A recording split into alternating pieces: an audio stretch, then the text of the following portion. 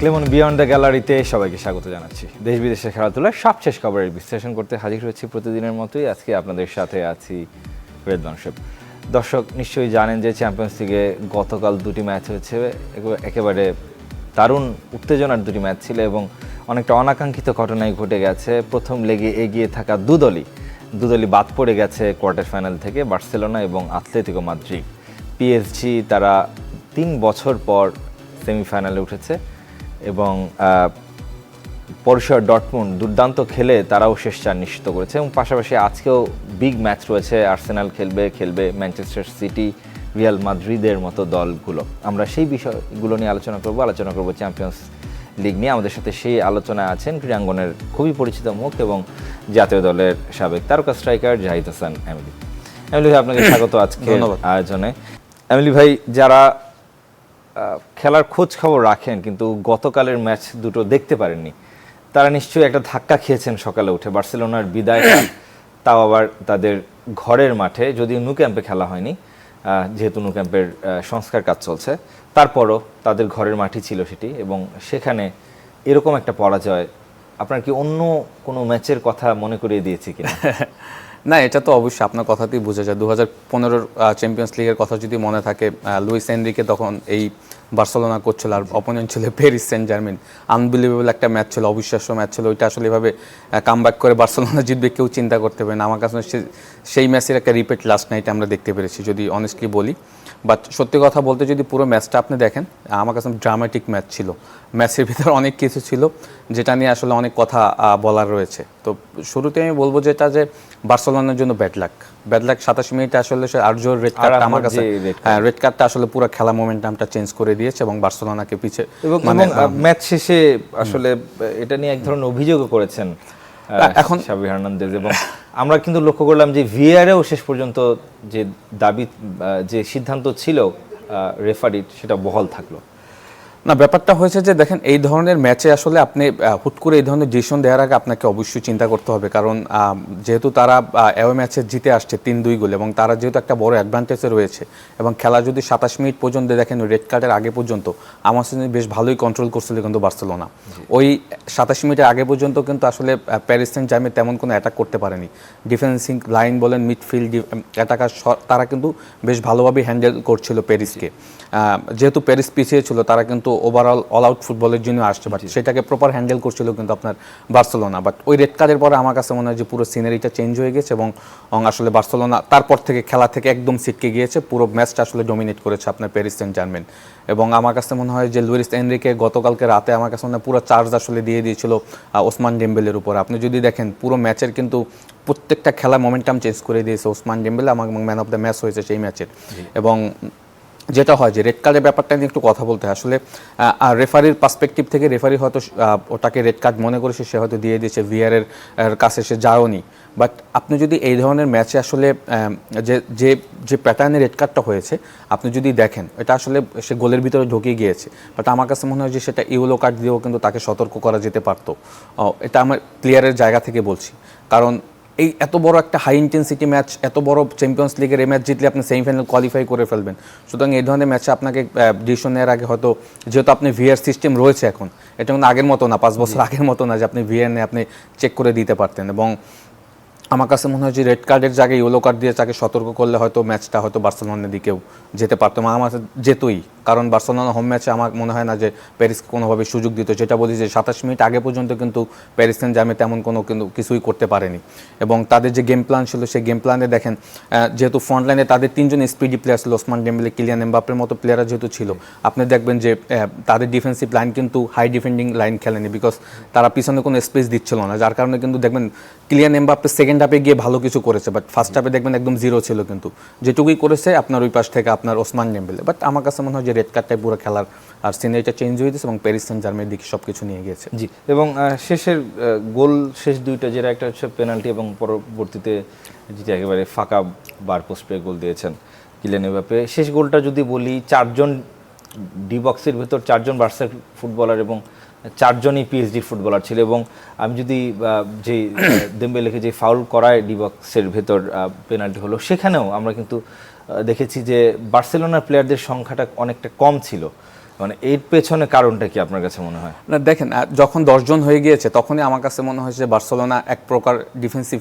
একটা কৌশল শুরু করে দিয়েছে, এবং যেটাই আসলে আমার কাছে মনে হয় যে বড় ধরনের একটা ক্ষতি হয়েছে। কারণ আপনি যদি দেখেন রেড কার্ড হওয়ার পরে তারা কি করেছে, তারা একজন সেন্টার ব্যাককে নামিয়ে এই পাশ থেকে কিন্তু আপনার তাদের রাইট উইঙ্গারকে উঠিয়ে দিয়েছে, এবং হি ইজ দ্য মেইন কি প্লেয়ার। আমার কাছে মনে হয় যে বার্সেলোনার সব থেকে, আপনি যদি গোলটাও দেখেন বার্সেলোনার, সে 1-1 মেন্ডিসকে বিট করেই কিন্তু রাইট সাইড থেকে ক্রস করেছে এবং ওই পাশ থেকে রাফিনা এসে কিন্তু গোল করেছে। যখন আসলে এই সাবস্টিটিউটটা হয়েছে তখনই আসলে প্যারিস সেন্ট জার্মেন এক প্রকার আসলে আমার কাছে মনে হয় যে ডমিনেট করা শুরু করেছে, এবং বার্সেলোনা দেখবেন যে 10 জন প্লেয়ার, তাদের গোলকিপার সহ 10 জন প্লেয়ার, তারা সবসময় ফেজ ছিল অপোনেন্টের দিকে। মানে তারা আসলে ডিফেন্সিভ করে তারা আসলে চেষ্টা করেছে যে পুরো ম্যাচটা কোনোভাবে রিকভার করা যায় কিনা, বাট এই ধরনের ম্যাচ এটা কোনোভাবেই সম্ভব না। আপনি যখন আপনার প্লেয়াররা সবাই ডিফেন্সিভ মুডে চলে যাবেন, অপোনেন্টকে খেলার সুযোগ দেবেন আপনার হাতে, তখন আপনার মিস্টেক একটার পর একটা হতে থাকবে। এবং আপনি যেটা বলছেন ইটস ভেরি ইম্পর্টেন্ট, আপনি যদি দেখেন যেটা পেনাল্টি হয়েছে, ক্যান্সেলও আসলে ওই মোমেন্টে ওখানে ফাউল কিছু করার নেই, কারণ আপনি যখন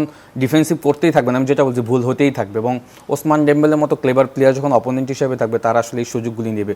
সে বক্সের ভিতরে কিছুই করেনি, সে বলে টাচ করেছে, পিছন থেকে আসলে আপনার ব্যাট ট্যাকেল করেছে এবং বলে টাচ না লাগে কিন্তু তার পায়ে লেগেছে। ইটস আ জেনুইন পেনাল্টি আমার কাছে মনে হয়। এবং আপনি যেটা বলছেন যে কিলিয়ান এমবাপ্পের গোল, আমি যেটা বললাম যে আপনি যখন অলমোস্ট সবাই ডিফেন্স করবেন তখন মিস্টেক একটা পর একটা হতে থাকবে।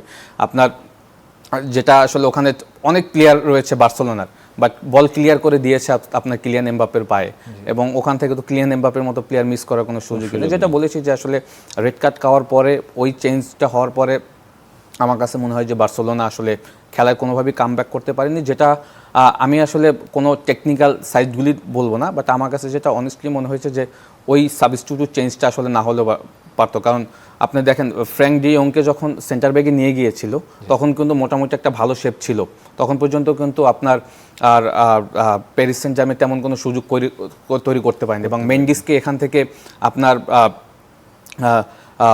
কোনোভাবেই ওভারল্যাপ করতে পারছিল না। বাট যখন আপনার রাইট স্ট্রাইকার উঠে গিয়েছে তখনই কিন্তু মেন্ডিস একের পর এক ওভারল্যাপ করেছে এবং ওই জায়গাগুলি প্রচুর স্পেস পেয়েছে, যার কারণেই কিন্তু আমার কাছে মনে হয় যে অনেক সুযোগ তৈরি হয়েছে আপনার আর প্যারিসের দিকে। এবং আপনি যদি প্রথম গোলটা দেখেন যেটা ওসমান ডেম্বেলে করেছে, দেখেন লেফট ফ্ল্যাঙ্ক থেকে ক্রস হয়েছে, বাট ওখানে কিন্তু আপনার ওসমান ডেম্বেলে একদম ফ্রি ছিল। তো আমি যেটা বললাম যে আপনার আর হয় কি, মানে এই এত বড় ম্যাচে আসলে একজন প্লেয়ার শট নিয়ে খেলা আসলে কোচের দিক থেকেও আসলে অনেক কিছু হ্যান্ডেল করা টাফ। আমার কাছে মনে হয় যে ওই রেড কার্ডটাই আসলে পুরো ম্যাচটার বার্সেলোনাকে সরিয়ে দিয়েছে। এবং পাশাপাশি ভিতিনহার গোলটার কথাও বলতে হয়, এর আগের লেগেও আমরা লক্ষ্য করলাম ভিতিনহার গোল করলেন, এবং এটাও ডি বক্সের বাইরে থেকে তিনি যেভাবে গোলটা করলেন নিশ্চয়ই সাধুবাদ পাওয়ার যোগ্য। ডেফিনেটলি আমি যেটা বললাম যে দেখেন যে ভিতিনার গোলটা দেখেন, এখানে কিন্তু রবার্ট লেভানডস্কি সামনে ছিল। যেটা হয় যে আপনি অনেক ডিফেন্স করতে করতে যখন টায়ার্ড হয়ে যাবেন তখন আপনার সামনে থেকে শুট করবে, বাট আপনি প্রেস করতে পারছেন না।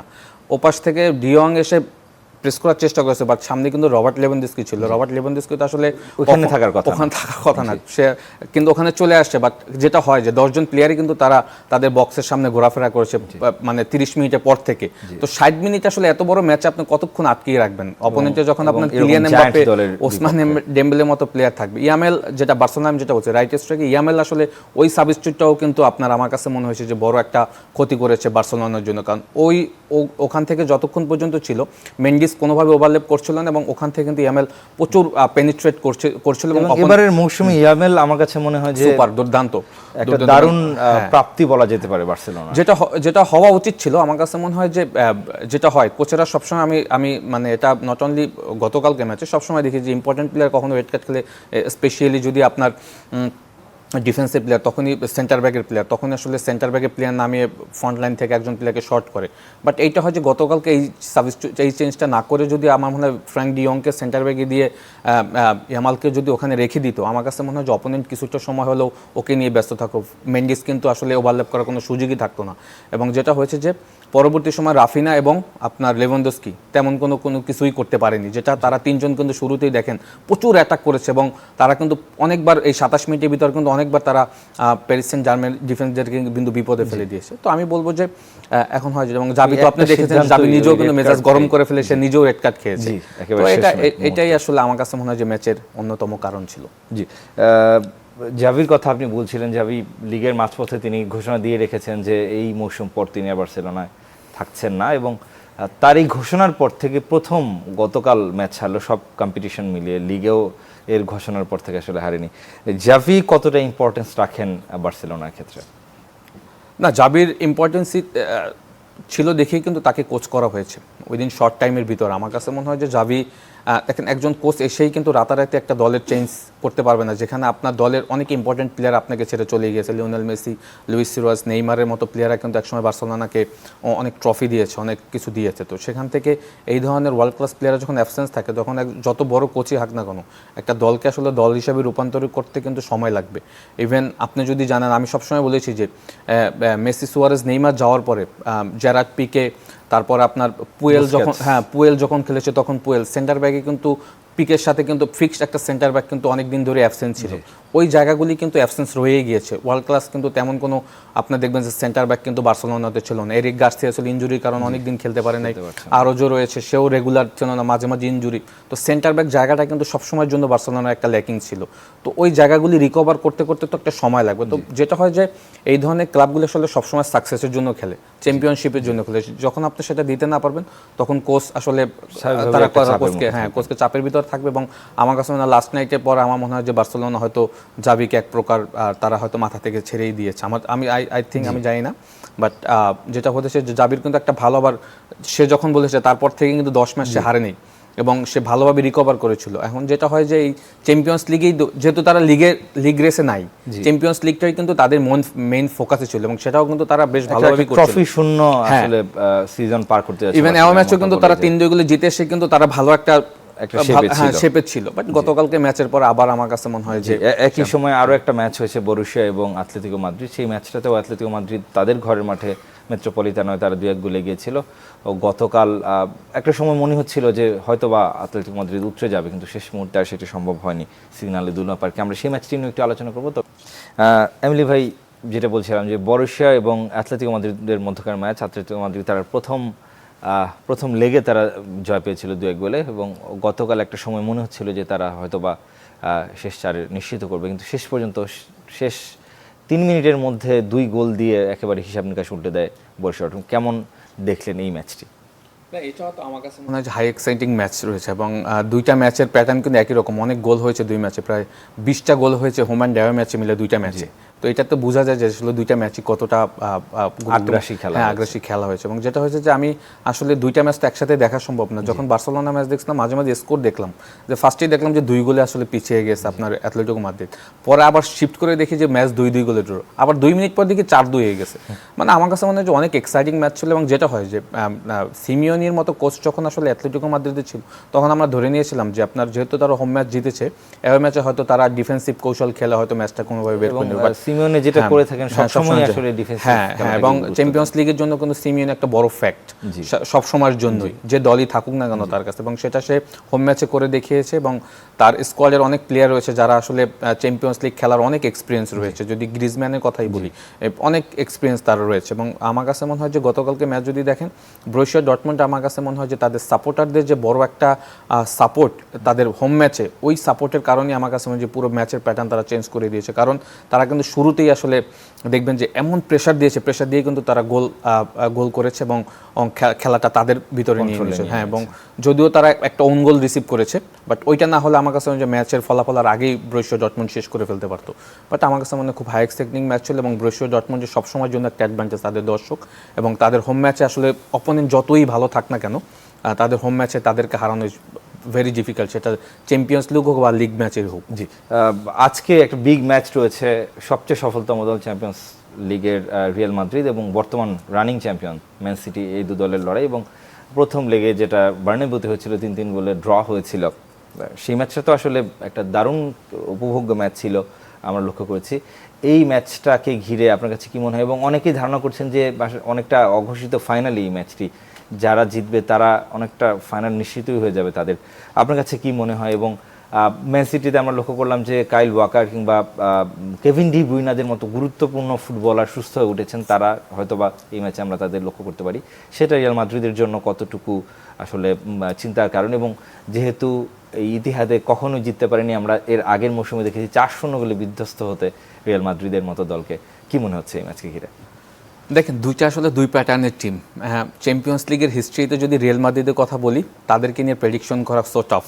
সত্যি কথা বলতে আজকে রাতের জন্য দেখা যাবে যে 2-0 গোলে হয়তো রিয়াল মাদ্রিদ জিতে গেছে, but end of the match আসলে সেটা কোনো অঘটন বলা যাবে না। কারণ হিস্ট্রি যদি আপনি দেখেন, রিয়াল মাদ্রিদ হলো সবথেকে সাকসেসফুল দল আপনার চ্যাম্পিয়ন্স লিগে, এবং এট দ্য সেম টাইম আপনি যদি গার্দিওলা যাওয়ার পর ম্যানচেস্টার সিটির কথা বলেন, এই মুহূর্তে আমার কাছে মানে বিশ্বের 1 নম্বর ক্লাব হলো আপনার ম্যানচেস্টার সিটি, যদি টিম স্ট্রেংথের কথা বিবেচনা করি। এবং গতবারের ট্রেবল তারা জিতেছিল, এবারও কিন্তু এবারও সুযোগ অলরেডি তৈরি হয়ে গিয়েছে। লিগে তার সেমিফাইনাল চেলসির সাথে খেলা, ইভেন লিগে আপনি আর্সেনাল এবং লিভারপুল দুজনেই কিন্তু আমার মনে হয় যে লিগ শিরোপা ম্যানচেস্টার সিটিকে গিফট করতে যাচ্ছে। তো সুতরাং গার্দিওলার একটা বড় ফেভার রয়েছে, বাট আজকের ম্যাচটা ভেরি ইম্পর্টেন্ট। এবং আপনার সাথে আমিও একমত যে ফাইনালের আগে আমরা দুইটা ফাইনাল ম্যাচ দেখলাম। আপনি যদি প্রথম লিগের ম্যাচটা দেখেন, 6 গোলের ড্রামাটিক ম্যাচ, এই ধরনের ম্যাচে 6 গোল হবে এটা আমরা চিন্তাও করতে পারিনি, এবং দুর্দান্ত একটা ম্যাচ ছিল। এবং যেটা হয়েছে গার্দিওলার জন্য বড় অ্যাডভান্টেজ, সে ওখানে 3 গোল মানে পয়েন্ট লস করে, কিন্তু ম্যাচটা কিন্তু জিততেও পারতো ম্যান সিটি, শেষ মুহূর্তে জিততেও পারতো। আবার রিয়াল মাদ্রিদ যেটা করে না, রিয়াল মাদ্রিদও জিততে পারতো, কামব্যাক সব সময় করে থাকে। করে চ্যাম্পিয়ন্স লিগের রিয়াল মাদ্রিদ নিয়ে আপনারা আমি কখনোই প্রেডিকশন করতে পারবো না। আজকে হয়তো দেখা গেল যে ফার্স্ট হাফে 2 গোলে আপনার পিছিয়ে রয়েছে রিয়াল মাদ্রিদ, সেকেন্ড হাফে দেখবেন যে 3 গোল দিয়ে ম্যাচ বা 4 গোল দিয়ে ম্যাচ জিতে গিয়েছে। যেটা হয় এই ধরনের ম্যাচ আসলে মেন্টাল স্ট্রেংথের একটা বড় খেলা থাকে, যেটা আমার কাছে মনে হয় যে দুই দলের যদি প্লেয়ারের লাইন আপ দেখেন, সেখানে তাদের সেই ক্যাপাবিলিটি রয়েছে। আপনি যাদের কথা বলেছেন যে লাস্ট ম্যাচে কাইল ওয়ালকার এবং কেভিন ডি ব্রুইনে স্টার্ট করেন, আজকে যদি তারা খেলে, এটা একটা বড় স্ট্রেংথ হিসেবে কাজ করবে আপনার সিটির, ম্যানচেস্টার সিটির দিক থেকে। এট দ্য সেম টাইম আপনি যদি দেখেন লাস্ট ম্যাচে কিন্তু Real Madrid they doing excellent job. আমার কাছে মনে হয় Vinicius junior, Rodrygo excellent goal করেছে। সুতরাং ফর্মের একটা ব্যাপার রয়েছে, তারা কিন্তু সবাই এবং জুড বেলিংহ্যাম যেভাবে শুরু করেছিলেন, হ্যাঁ সেভাবে হয়তো বা এখনো পর্যন্ত তার খেলাটা দেখিনি, চ্যাম্পিয়ন্স লিগে সেভাবে হয়তো তিনি জ্বলে উঠতে পারেননি। দেখেন আজকে ইংল্যান্ডে খেলা, জুড বেলিংহ্যাম ইংল্যান্ডে আসলে কিন্তু সবসময়ের জন্য ভালো খেলে, এবং সেটা হতেও পারে। এখন দেখা যায় যে football is a team game, যখন আপনার পুরো টিম ভালো খেলবে, তখন জুড বেলিংহ্যামও কিন্তু দেখবেন যে টিমের সাথে পুরো এফোর্ট দিয়ে যাচ্ছে। বাট আমার কাছে মনে হয় যে দুজন কোচের আজকে বড় দুইটা খেলা হবে অফ দ্য ফিল্ড, কারণ তারা মাঠে ফুটবলারের বাইরেও তাদের, হ্যাঁ, মানে কারণ বিশ্বের সেরা দুই কোচের খেলা, এবং সেখানে আমার কাছে মনে হয় যে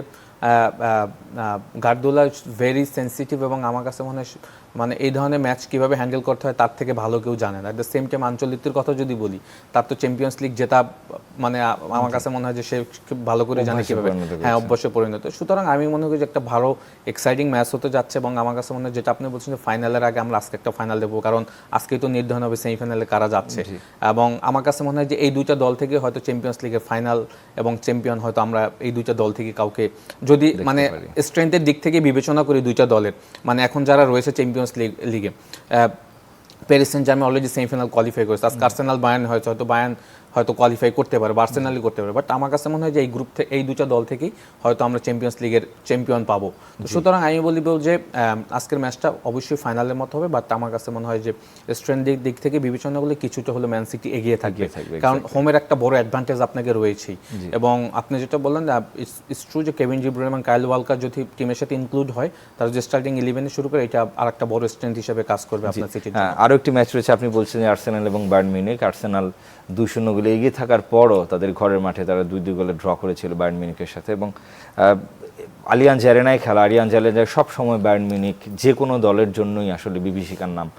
কি মনে হচ্ছে? এবং আর্সেনাল, তারা আর্সেনাল ভিলার সাথে 2-0 গোলে লিগে আমরা তাদের হারতে দেখলাম। আপনি যেটা বলছিলেন যে লিগ শিরোপার দৌড়ে অনেকটা ছিটকে গেছে, সব কিছু মিলিয়ে আপনি নিশ্চয়ই এই ম্যাচে বায়ার্নকে এগিয়ে রাখবেন। এগিয়ে রাখবো, বাট দুইটা দলের কিন্তু আপনার যদি সিনারি দেখেন একই রকম, তারা লিগ কিন্তু অলরেডি দুইটা দলই হারিয়ে ফেলেছে। যদিও আর্সেনালের কিছুটা সুযোগ রয়েছে যদি সিটি কখনো ফল ডাউন করে বা অঘটন ঘটে, এছাড়া কিন্তু দুইটা দলেরই কিন্তু এখন মেইন ফোকাস থাকবে চ্যাম্পিয়ন্স লিগের দিকে। স্পেশালি বায়ার্ন মিউনিখের কথা বলবো, বায়ার লিভারকুজেন কিন্তু অলরেডি চ্যাম্পিয়ন হয়ে গিয়েছে আপনার যদি বুন্দেসলিগা দেখেন। এবং আমার কাছে মনে হয় যে হ্যারি কেন যাওয়ার পর আসলে হয়তো আমরা চিন্তা করেছিলাম যে কোনো না কোনো শিরোপা হয়তো সে জিততে যাচ্ছে, বাট সেটা কিন্তু সে বুন্দেসলিগা জিততে পারেনি। বাট বায়ার্ন মিউনিখ এখন একটাই ফোকাস, আমার কাছে মনে হয় যে তারা চ্যাম্পিয়ন্স লিগে জেতার জন্য যা যা করা দরকার সেইটা করবে, এবং যেহেতু তাদের হোমে খেলা, তারা তো অবশ্যই চাবে আর্সেনালকে হারানোর জন্য এবং হারিয়ে সেমিফাইনাল কোয়ালিফাই করার জন্য, এবং সেটা করার জন্য তাদের সেই ক্যাপাবিলিটি প্লেয়ার রয়েছে, তাদের সেই স্ট্রেংথ রয়েছে। আমার কাছে মনে হয় যে আবার একটা দিকও ঠিক যে তারা কিন্তু তাদের রিসেন্টলি যদি ফর্ম দেখেন, সেটাও কিন্তু আসলে আমার কাছে মনে হয় যে আপ টু দ্য মার্ক। অর্থাৎ দুটো দলই যে মানে যোগ্য দল হিসেবে তারা উঠবে সেরকমটা নয়, কিন্তু তারপরও বায়ার্নের কথা যদি বলি যে 5টা শিরোপা রয়েছে, এবং বায়ার্ন চ্যাম্পিয়ন্স লিগে যে কোনো দলের জন্যই যে কোনো সময় ডেফিনেটলি কিন্তু বায়ার্ন মিউনিখ আমার কাছে মনে হয় যে রিয়াল মাদ্রিদের পরে যদি কোনো সাকসেসফুল দল থাকে সেটা হলো বায়ার্ন মিউনিখ। যদিও এটা 5 বছর আগে বায়ার্ন মিউনিখের কথা বলছি, যখন রবার্ট লেভানডস্কিরা খেলতে, ফিলিপ ল্যামরা যখন খেলছে, তখন কিন্তু তারাও এক আমাদের প্রকার কিন্তু সময় একদম শেষ হয়ে গেছে, আসলে থামিয়ে দিতে হচ্ছে আপনাকে। যেই দলগুলোই উঠুক না কেন, একটা দারুণ প্রতিদ্বন্দ্বিতাপূর্ণ টান টান উত্তেজনা ঠাসা ম্যাচ হবে, সেই প্রত্যাশাই আমাদের যারা ক্রীড়া প্রেমী আছেন তাদের থাকবে। শেষ করতে হচ্ছে তেমন বিয়ন্ড গ্যালারি। ভালো থাকবেন, সুস্থ থাকবেন।